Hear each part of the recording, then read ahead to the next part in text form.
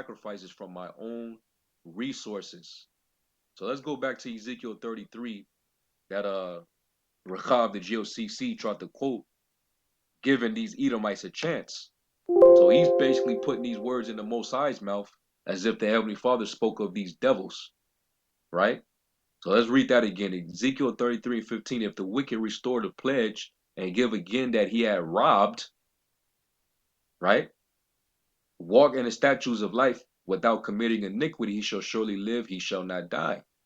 Esau attempted to do this in the case with Antiochus Epiphanes that I'm reading.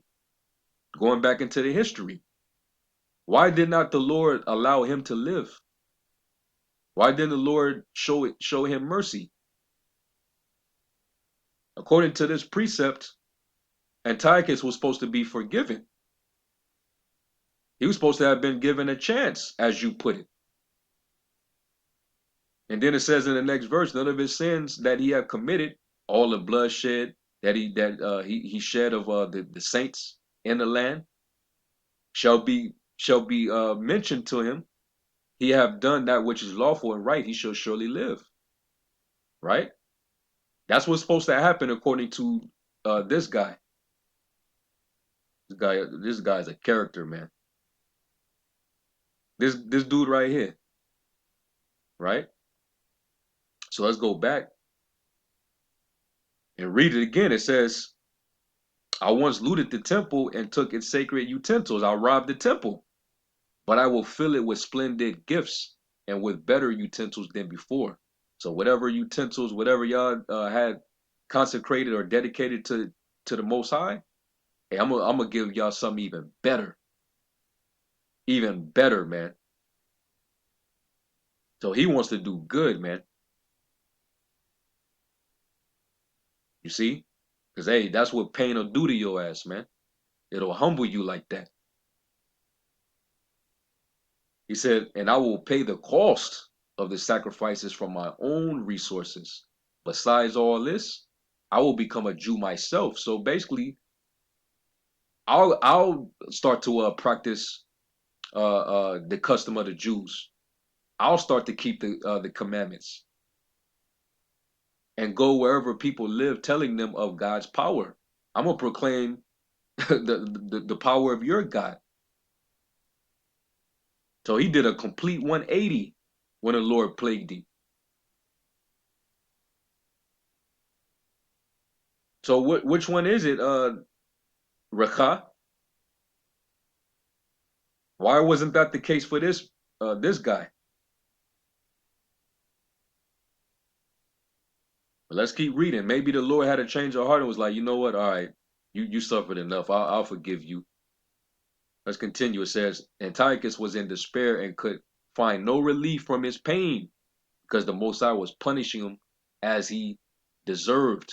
So he wrote the following letters to the Jews.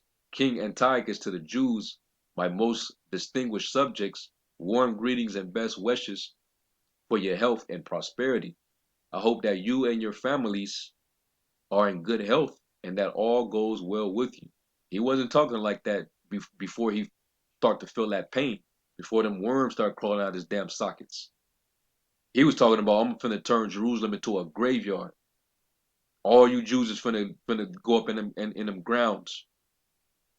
Now he wished the best for you. He wish you good health. But I thought he promised to restore the pledge and to become like a Jew and walk in the commandments. And he said, my hope is in the Most High. So this is an Edomite basically repenting of all his wickedness, his evil, right? But did the Most High show him mercy? Let's see. And I remember with a deep sense of joy the respect and kindness that you have shown me. On my way home from Persia, I fell violently ill, and so I thought it best to begin making plans for the general welfare of the people. I have not given up hopes of getting well. In fact, I am fully confident that I will recover.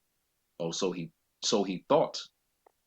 But I recall that my father used to appoint a successor whenever he went on a military campaign east of the Euphrates. He did this so that if something unexpected happened, or if some bad news came back, then his subjects would not be afraid, for they knew who had been left in command. Also, I know how the rulers along the frontiers of my kingdom are constantly on the lookout for any opportunity that may come along. That is why I have appointed my son Antiochus to succeed me as king. I have frequently entrusted him to your care and recommended him to you when I went on my regular visits to the provinces east of the Euphrates. He is receiving a copy of the letter which follows. Now I strongly urge each of you to keep in mind the good things that I have done for you. I want y'all to put in a good word for me. Hey, see, I'm doing good for y'all, right? The Most High up there laughing at his ass, right? Both individually and as a nation, and to continue in your good will toward me and my son. I am confident that he will treat you with fairness and kindness, just as I've always done. Never trust thine enemy, for like as iron rusteth, so is his wickedness. You already know his son was going to be lying in wait, man. And so this murderer who had cursed the Most High suffered the same terrible agonies he had brought on others, and then died a miserable death. So the Lord had no mercy on his ass, man. He still got put to death. He was all in good hopes. He was confident that the Lord was going to restore him because he thought he can just do some good to his people that he was getting ready to do evil to, and the Lord's just going to erase it and forgive him.